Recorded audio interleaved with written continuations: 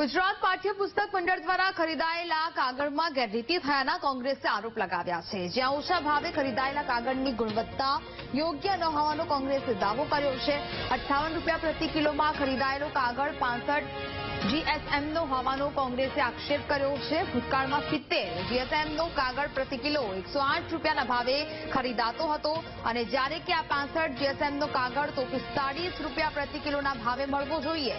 કાગળની અસમંજસના લીધે પાઠ્યપુસ્તક મંડળે હજુ સુધી પુસ્તકો છાપ્યા જ નથી। આગામી 9 તારીખે શાળા ખુલી રહી છે પણ પાઠ્યપુસ્તકો ઉપલબ્ધ નથી તેવું કોંગ્રેસનું નિવેદન છે।